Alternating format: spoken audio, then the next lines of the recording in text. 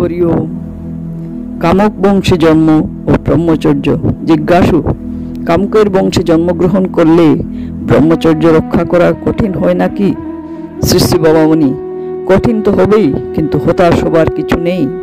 অবস্থা যতই প্রতিকূল হোক না কেন, ভগবানের নাম তোমাকে ব্রহ্মচর্য দান করবে।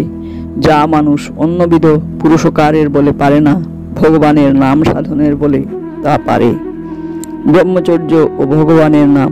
জিজ্ঞাসু, কিন্তু কই, কত লোকে তো দেখছি ভগবানের নাম করে, কিন্তু তাদের মধ্যে তো সংযম আসছে না।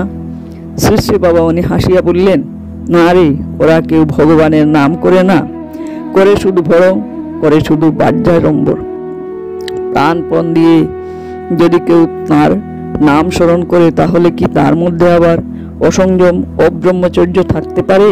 কৃষ্ণ আর অর্জুনের পরিরক্ষণে